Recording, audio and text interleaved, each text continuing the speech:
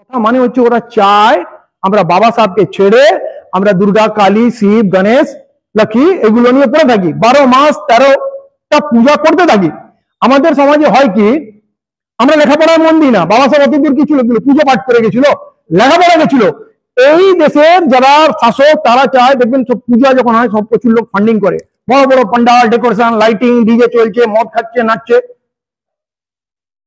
এটা কি মনে হয় খুব ধার্মিক কাজ হচ্ছে? আপনি যদি ভগবানকে ডাকবেন তো নিরিবিলিতে বসবেন, ভগবানের নাম জপ করবেন, শান্তি পাবেন। তো বাবা সাহেব সম্বন্ধে একটা লোক, একটা টাকলা খারাপ কথা বলেছে, তাচ্ছিল্য করেছে। কি বলেছে টাকলা?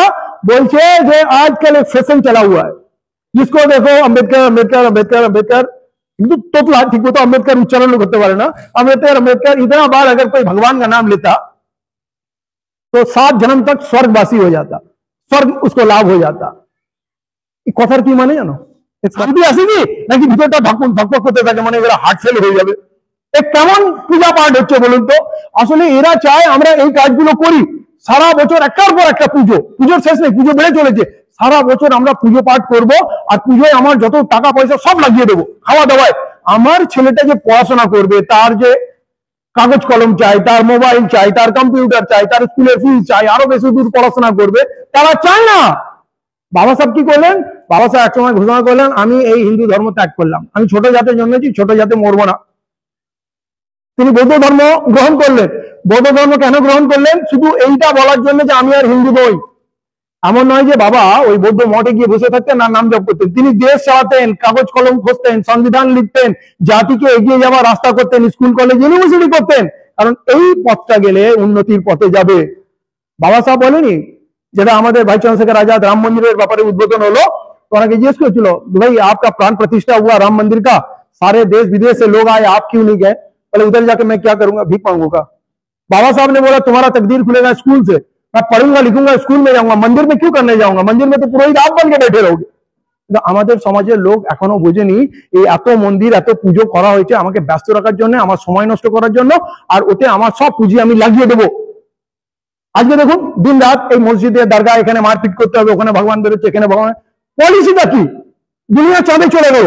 মাটি খুঁড়লে কোথায় পেট্রোল ডিজেল, কোথায় সোনা পাবে, কোথায় ইউরেনিয়াম প্লুটোনিয়াম ম্যাঙ্গানিজ পাবো, সেটা দিয়ে ইন্ডাস্ট্রি হবে, মোবাইল হবে, ব্যাটারি হবে, কত কিছু। তো আমরা এখন ভগবানকে আমরা খুঁজে বেড়াচ্ছি। ভগবানকে এইভাবে খুঁজা যায় কি? ভগবানকে এইভাবে খুঁজা যায় না, কিন্তু মাতিয়ে রাখা হচ্ছে, কারণ উদ্দেশ্য হচ্ছে এই যে অমিত শাহ বললো না, इतना बार भगवान को नाम लेते तो स्वर्ग लाभ होता, क्योंकि उनको ये नहीं चाहिए। तो চাইছে না আমরা বাবা সাহেবকে চিনি, আমরা বাবা সাহেবের নামে চর্চা করি, আমরা বাবা সাহেবকে চর্চা করা মানে আমরা শিক্ষার দিকে যাবো। বাবা সাহেব মানে 144 কোটি মানুষ, বাবা সাহেব মানে পুরো ভারতবর্ষ, বাবা সাহেব মানে ঐক্য। আমরা সবাই বাবা সাহেবের কাছে ঋণী। বাবা সাহেবের চর্চা হলে শিক্ষার কথা আসবে, উন্নয়নের কথা আসবে, ডেভেলপমেন্ট কথা আসবে। কিন্তু এরা তো ডেভেলপমেন্ট চায়, বলে বাবা সাহেবকে চিনলে তো এরা এগিয়ে যাবে, এরা সংবিধান পড়বে, এরা দেশের অধিকার বুঝবে, এরা কালকে সরকার বানিয়ে দেবে। বাবা সাহেবের নেশাটা কাটাতে হবে। রেজাল্ট আপনারা দেখছেন, ভারতবর্ষের সব থেকে পাওয়ারফুল মানুষ অমিত শাহ, ওর থেকে পাওয়ারফুল কেউ নেই। তাকে রাস্তায় ফেলে লোক জুতার বাড়ি মারছে, থুতু ফেলছে, পেচ্ছাপ করছে, মালা পরাচ্ছে, পায়ের মধ্যে মিশিয়ে দিচ্ছে। আজকে ভাবুন, শুধু বাবা সাহেবের সঙ্গে একটু বেয়াদবি করেছে, তার औकात হয়ে গেছে, মাটিতে পড়ে আছে, তাকে বাঁচানোর কেউ নেই। সে অন্তরিম সুরক্ষার মন্ত্রী, গৃহমন্ত্রী, তার নিজের সিকিউরিটি এখন নেই। তাহলে আপনি ভাবুন বাবা সাহেব কত পাওয়ারফুল। বাবা সাহেব নেই, কিন্তু বাবা সাহেবের সঙ্গে বেয়াদবি করলে পুরো দেশ। এখন দেখুন সেই কংগ্রেস, তৃণমূল কংগ্রেস সব বাবা সাহেবের ছবি নিয়ে রাস্তায় মিছিল করছে, কারণ ওরা বুঝে গেছে বাজারটা এখন বাবা সাহেবের আছে, ভারতটা এখন বাবা সাহেবের আছে। আসলে আগামী দিনের এই ভারতবর্ষটা বাবা সাহেবের আছে। এরা বলুন বাবা সাহেব আমাদের লোক, আমরা বাবা সাহেবকে আজকেও চিনবো না? আজকে আমরা চাকরি পেয়েছি, এমএলএ এমপি হয়েছি, আজকে আমরা স্কলারশিপ পেয়েছি, জমি পেয়েছি, সব তো বাবা সাহেবের সংবিধানের জন্য। যে সংবিধানটা ওরা জ্বালিয়ে দিয়েছে, বাবা সাহেব তো সংবিধান মিটিয়ে দিয়ে ওরা মনোবাদ লাগু করতে চায়, ওরা গেরিয়ে ফ্ল্যাগ করবে, জাতীয় পতাকা ওরা কখনো মানেনি। আমার সামনে আমার ভারতবর্ষটাকে লুটে দিল, বিক্রি করে দিল। রেল বেল সেল, যত ব্যাংক লুট হয়ে গেল, যত হাইওয়ে, যত খনি মাইন, স্টেডিয়াম, পোর্ট সব আদানি আম্বানিকে দিয়ে দিল। আর ওরা চাইছে আমরা মন্দিরে লাইন লাগাবো বাইরে, আমরা সারা দিন দুর্গা কালী পূজা টেন টিক্কালি নিয়ে থাকবো। তো আমাদের বুঝতে হবে যে আমরা কি বাবা সাহেবকে মানি? তাহলে তো বাবা সাহেব পথে হাঁটবো। তো বাবা সাহেব বলেছে পড়ো, এডুকেট, অর্গানাইজ অ্যান্ড এজিটেট, মানে পড়াশোনা করো, সংঘবদ্ধ হও আর আন্দোলনমুখী হও। আর হাত তুলে বলেছিলেন capture the temple of power, parliament দখল করো। বাবা সাহেব আমাদেরকে মন্দিরে যেতে বলেনি। আপনি পুজো করুন, আপনার ভগবানকে ডাকবেন, তার জন্য কোনো পলিটিক্যাল পার্টির দরকার নেই। আপনার কি মাঝখানে একটা ব্রোকার লাগবে, একটা দালাল লাগবে ভগবানকে ডাকার জন্য? একটা গরিব মানুষ রাস্তা দাঁড়িয়ে তার অন্তরে ভগবানকে ডাকতে পারে। আমি নামাজ পড়বো, এর জন্য কি কোনো দালাল লাগবে নাকি আমি আমার নামাজটা পড়ে নেবো? অতএব এই পার্টিগুলো, পলিটিক্যাল পার্টিগুলো কেন ভগবান, নামাজ, মন্দির, মসজিদের পিছনে পড়ে আছে? আমাদের মমতা ব্যানার্জি ইমাম মসজিদকে মাইনে দিচ্ছে। এতদিন ইমাম মসজিদের মাইনে কে দিত? মসজিদগুলো কি মমতা বন্দ্যোপাধ্যায়ের অপেক্ষায় তৈরি হয়েছিল যে উনি এসে ইমাম মসজিদের মাইনে দেবে তবে মসজিদ চলবে? উনি পুরোহিতদের মাইনে দিচ্ছেন। কেন দিচ্ছে? এরা কি বোকা?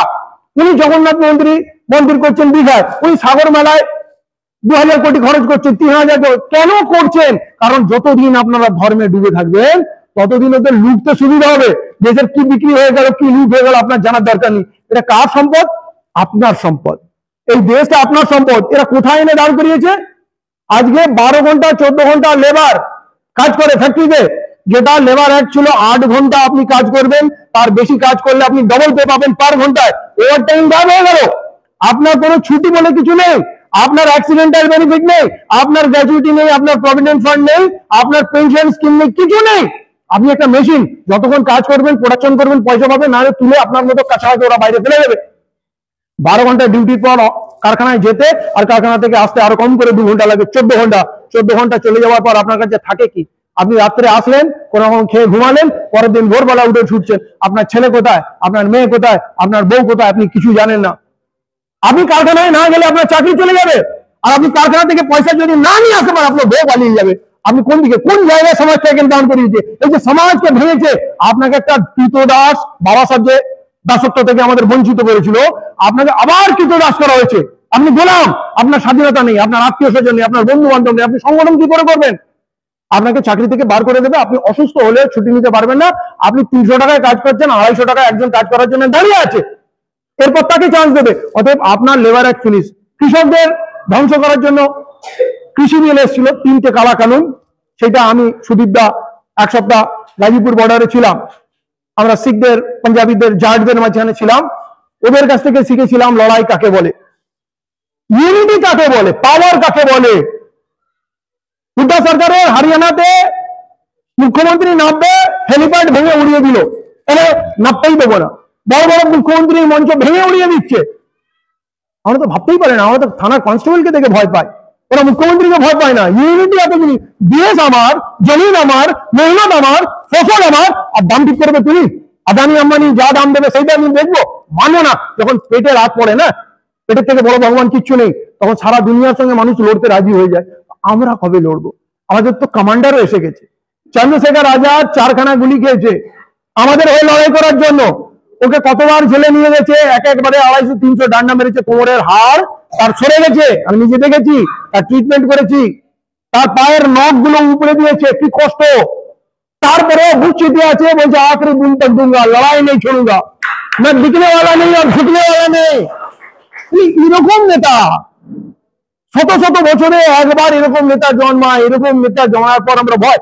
যে বাবা সাহেবের নাম নেওয়া যখন কংগ্রেস, সিপিএম, তৃণমূল, সমাজবাদী, বহুজন সমাজী, ডিএমকে, এডিএমকে, সারা দুনিয়ার পার্টি দাঁড়িয়ে আছে, বাবা সাহেবের আসলি ওয়ারিস আমরা। বাবা সাহেব আমাদের লোক, আমরা চিরজীবনের আম্বেদকরবাদ। এই কংগ্রেস তো গান্ধীবাদে চলে, এই বামপন সরকার সিপিএম এরা তো কমিউনিজমে চলে, কার্ল মার্কসকে মানে, তাই তো? আর এরা কেউই বাবা সাহেবের ভক্ত নয়। তা নাহলে যদি হতো, ভাই চন্দ্রশেখর আজাদ এইবারে বিজেপির বিরুদ্ধে, এনডিএর বিরুদ্ধে লড়ার জন্য কংগ্রেসকে বলেছিল আমাকে একটা সিট দাও, সমাজবাদী অখিলেশকে বলেছিল আমাকে একটা সিট ছেড়ে দাও। একটা সিট ছাড়েনি কেউ, কারণ বাবা সাহেবের আসলি সিপাহী। একে যদি 1 ইঞ্চ জায়গা ছেড়ে দাও, কাল পুরো ভারতকে ক্যাপচার করে নেবে। ওদের ভয় হচ্ছে একে আমরা ঢুকতে দেবো না। তাই ভাই চন্দ্রশেখর আজাদ যখন নাগিনা সিটে লড়লেন, তখন তার বিরুদ্ধে কংগ্রেস ও অখিলেশকে বললো ক্যান্ডিডেট দাও, বিজেপি দিল, দেন মায়াবতী জি দিলেন, মায়াবতী দিয়েছেন, কোনো অসুবিধা নেই, কারণ তার ওইখান থেকে জেতা সিট ছিল, ছাড়তে পারতেন। রেজাল্ট কি হলো? পুরো ইউপিতে একটাও সিটে এমপি একটাও সমাজবাদীর হলো না। কিন্তু এরা সবাই কিন্তু একটা সিট ভাইকে ছাড়তে পারতো, ছাড়লো না। তাহলে কি আপনার মনে হয় এরা আমাদের বন্ধু? আরে আজকে তো বন্ধু আর শত্রু চেনার সময়, যদি বন্ধু আর শত্রু চিনতে পারেন তাহলে আপনি বিজয় হবেন। আমি ভাইয়ের সঙ্গে প্রায় 5-6 বছর আমার পরিচয়। প্রথমে ছিলেন পার্ক সার্কাস ময়দানে, আমাকে কিছু পার্ক সার্কাসের দলিত ভাইরা আমাকে নিয়ে গেলেন, চলি ভাই আয়ে মুলাকাত করাएंगे। তখন আমি অতটা ওনাকে চিনতাম না, নাম শুনেছি। তো গেলাম, ওরা গিয়ে মঞ্চে গিয়ে ভাইকে কিছু বললো, ইমতিয়াজ ভাই আয়ে हैं यहाँ के लोकल लीडर है। তো আমাকে ডাকলেন, সঙ্গে সঙ্গে ওরা মঞ্চে নিয়ে গেল, পাশে বসে 2 মিনিট কথাবার্তা হলো। তারপরেই ভাই মঞ্চে গেলেন। ভাইয়ের একটা কথা আমার খুব মাথায় লাগলো। ভাইয়ের কথা ছিল, সবাইকে বললেন कि मेरे 2 बात को आप गांठ बांध लो, जिंदगी का आप उसूल बना लो, इस दुनिया में राज करोगे। एक, ब्राह्मण आपका दोस्त नहीं हो सकता, और मुसलमान आपका कभी दुश्मन ना था, ना है, ना कभी रहेगा। अगर मुसलमानों से आप दोस्ती करोगे तो इस देश में नहीं पूरी दुनिया में राज करोगे। তার থেকে আমার কানেকশন, রাত্রে একসঙ্গে খাওয়া দাওয়া হলো, তারপরে আর কোনো কানেকশন ছিল না, বাস বিমানিতে ছিলাম। এইবারে ফোন আসলো যে आपको नगीना आना है क्योंकि यहाँ मुस्लिम बहुल इलाका है, आधा वोट मुसलमानों का है, हमारे पास मुस्लिम लीडर की कमी है। আমি অনেকে বললাম চলো, রমজান মাস ছিল, কেউ যাবে না, রোজা রাখবে। আমি বললাম আমাকে ডাকলো আর আমি যাবো না। আমি बैगपत्र भेजे, सारे लोग मेरे साथ खड़े हो जाओ, भाई बहन जितने खड़े हो जाओ, और दोनों हाथ उठा के वादा करो मेरे साथ, कभी मुसलमानों के साथ झगड़ा नहीं करेंगे, कभी मुसलमानों को तकलीफ नहीं देंगे, मुसलमान की मुसीबत में पीठ पीछे खड़े हो जाएंगे, मुसलमान का सुख दुख के साथी बनेंगे, मुसलमान से दोस्ती करो, मुसलमान से मोहब्बत करो, इस मुल्क में राज करोगे, क्योंकि बहुत एहसान है मुसलमानों का।